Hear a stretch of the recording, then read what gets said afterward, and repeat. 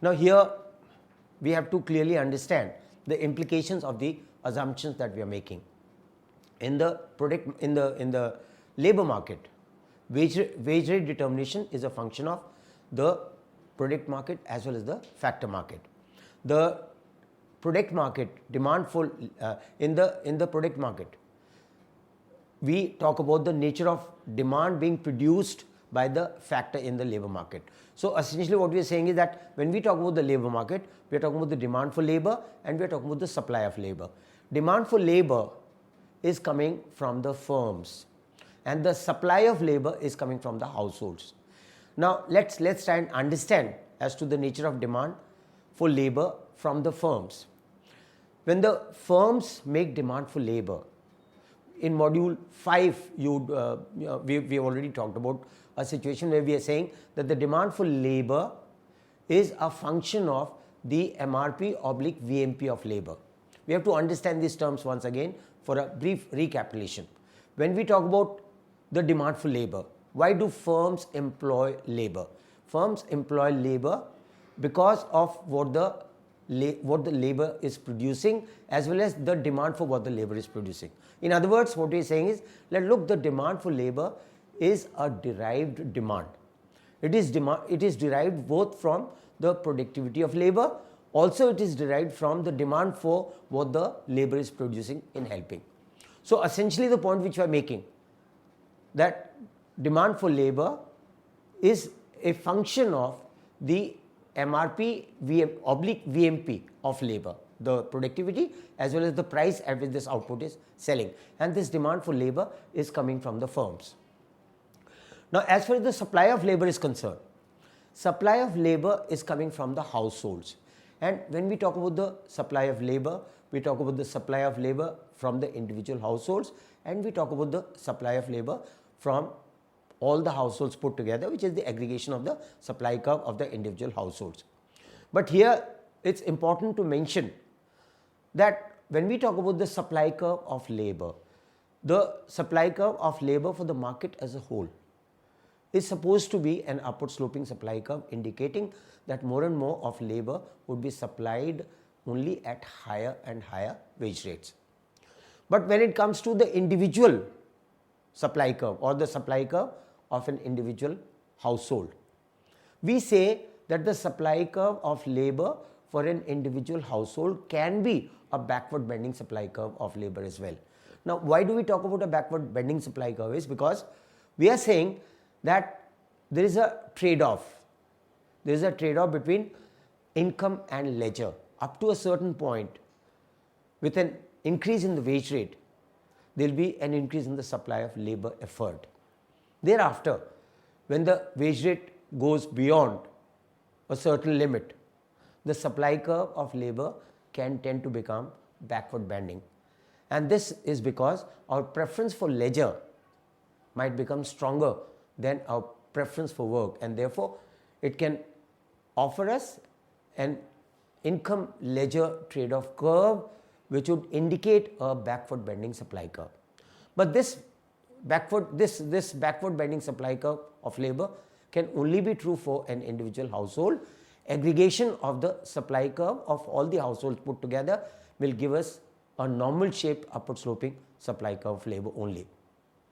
So essentially what we are saying is that look, wage rate is determined through the intersection of the demand curve of labor and the supply curve of labor. Now when we talk about the demand curve for labor, we need to talk about the fact that if we assume perfect competition in the product market.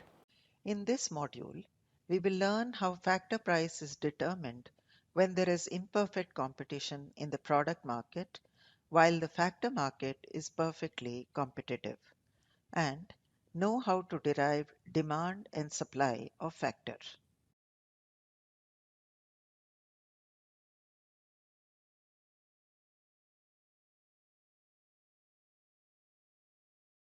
The demand curve for variable factors such as labor is no longer the value of the marginal product of labor, VMPL, when there is imperfect competition in the commodity market and factor market is perfectly competitive. Under the assumption that there is imperfect competition in commodity market and factor market is perfectly competitive. In this module, first we will derive demand for labor in two situations. One, when labor is sole variable factor, and two, when there exist several factors, and secondly, we determine equilibrium level factor input and factor price through the interaction between market demand and supply of factor input.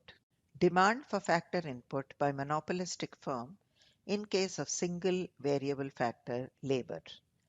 In an imperfectly competitive product market, that is, existence of monopoly, monopolist competition, or oligopoly, an individual firm will hire labor up to the level at which its profit is maximized. That is, marginal revenue productivity of labor equals to marginal cost of labor wage rate, provided that there is perfect competition in the labor market. The derivation of a firm's profit maximization is given as, let us consider a production function y is equal to f L k bar.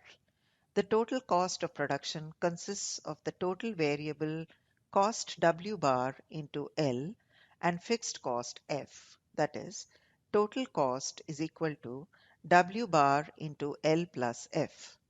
Assume that the market demand function faced by the firm is given as P subscript y equals Py. The total revenue of the firm is TR is equal to Py into F L k bar. Hence, the profit function can be written as pi is equal to total revenue minus total cost, which can be further written as pi is equal to Py into F L k bar minus W bar into L plus F. In order to satisfy the first order condition of profit maximization with respect to the variable labor, we set d pi by dl equal to py into dy by dl plus y into dpy by dl minus w bar is equal to 0. That is, py into dy by dl plus y into dpy by dy into dy by dl equal to w bar. This can be further written as py plus y into dpy by dy whole into dy by dl equals to w bar. From the equation py plus y into dpy by dy whole into dy by dl equals to w bar, we can derive marginal revenue into marginal product of labor, that is equal to W bar, where Py plus Y into dPy by dy is marginal revenue and dy by dl is marginal product of labor and W bar is marginal cost of labor. Hence, marginal revenue productivity of labor is equal to wage rate W bar. That is, profit is maximized at the level of labor at which the marginal revenue productivity of labor equals marginal cost of labor or wage rate. Thus, we obtain the demand curve for variable factor input or labor from this marginal condition. Now let us understand the graphical representation of profit maximizing condition. On x-axis, we take amount of labor available, and on y-axis, we take the wage rate. The demand curve for labor is given by the MRPL curve. Since we assume that labor market is perfectly competitive, the supply of labor to the individual firm is perfectly elastic, that is, the supply curve of labor SL faced by the firm is parallel to the horizontal axis. Now, for given wage W bar, the MRPL intersects the supply curve SL at point E and corresponding equilibrium level of labor L star. In imperfectly competitive commodity market, the MRPL is not the same as VMPL, that is value of marginal productivity of labor, as price does not equal to marginal revenue or marginal cost of labor. Since the price Py is greater than Mr, so the VMPL is also greater than MRPL. In case of more than one variable factor such as capital, in the long run, capital will also vary along with labor. The demand curve for labor will no longer be the simple MRPL curve. This is because when several factors are employed in the production simultaneously, a change in the price of one factor can alter the demand for the other factor and in turn shifts the marginal productivity curve of the factor whose price is changed initially. Now we will find the equilibrium level of output graphically corresponding to several variable factors. Assume that the firm produces output Y1 by using capital K1 and labor L1 when factor prices are R1 and W1 respectively. In the diagram, this is shown by the equality of the slope of the isoquant Y1 and the isocost line AB at point E1. Suppose that wage rate declines from initial rate W1 to W1 dash. This will rotate out the isocost line from AB to AC by pivoting around the point A, and the firm will produce more output Y2 at the level of capital and labor K2 and L2 respectively. This is shown by the new equilibrium point E2 in the figure. The journey from initial equilibrium point E1 to E2 can be divided into two effects, substitution effect and output effect. In order to explain these two effects more explicitly, we draw a new isocost line DF, which is parallel to AC and also tangential to the initial isoquant Y1, so that it shows the new factor price ratio and at the same time maintain initial level of production. The new isocost line DF is tangential to the isoquant Y1 at E1 dash. The movement from E1 to E1 dash happens due to the substitution effect. This implies that when wage rate falls, the firm substitutes more labor in place of relatively costlier capital. The firm increases the level of employment from OL1 to OL1 dash. Next, the movement from E1 dash to E2 is explained by output effect. The output effect arises because of the parallel shift of isocost line DF to the isocost line AC. It reflects the fact that at the same expenditure, the firm hires more of both capital and labor and is able to produce a large output.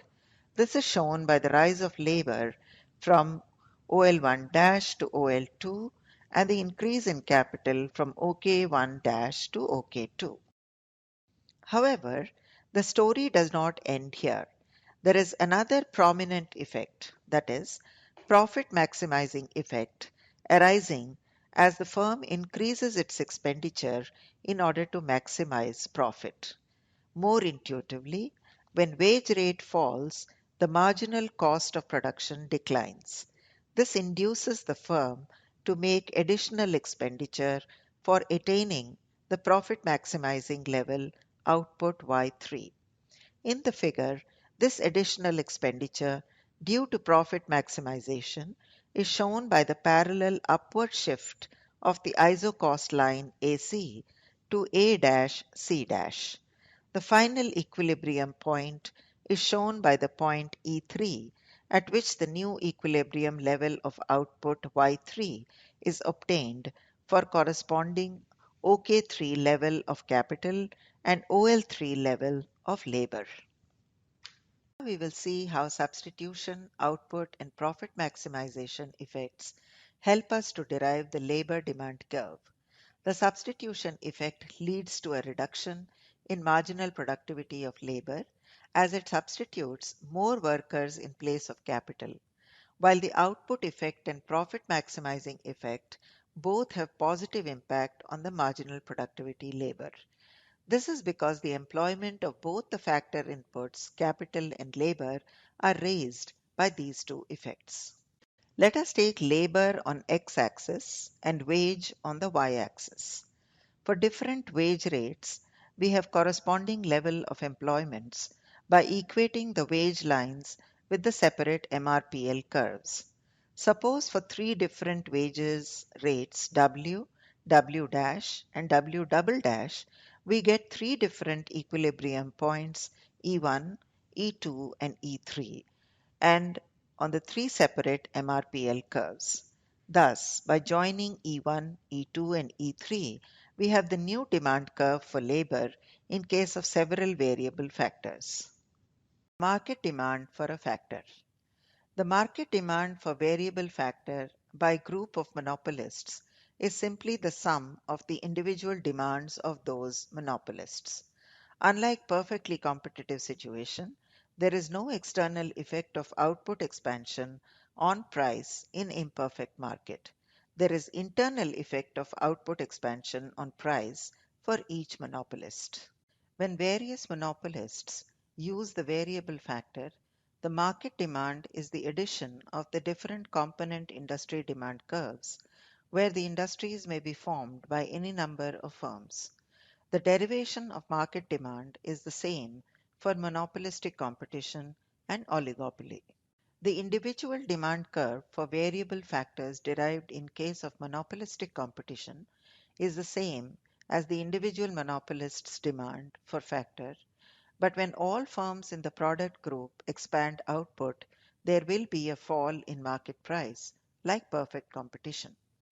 We can understand individual as well as market demand with the help of a diagram.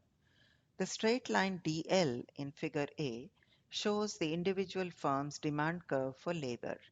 Suppose at the wage rate W1, the firm is at point E1 and hires L1 units of labor.